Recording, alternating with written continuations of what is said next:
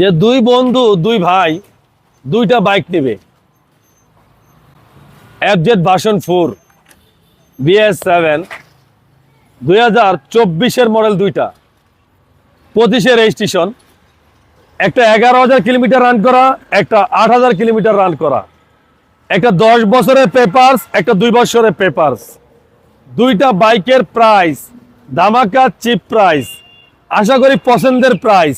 ভিডিওটা ভালো লাগলে আগেই বলে দিয়ে ভিডিওটা শেয়ার দিয়ে দিন, অন্যকে দেখার সুযোগ করে দিন।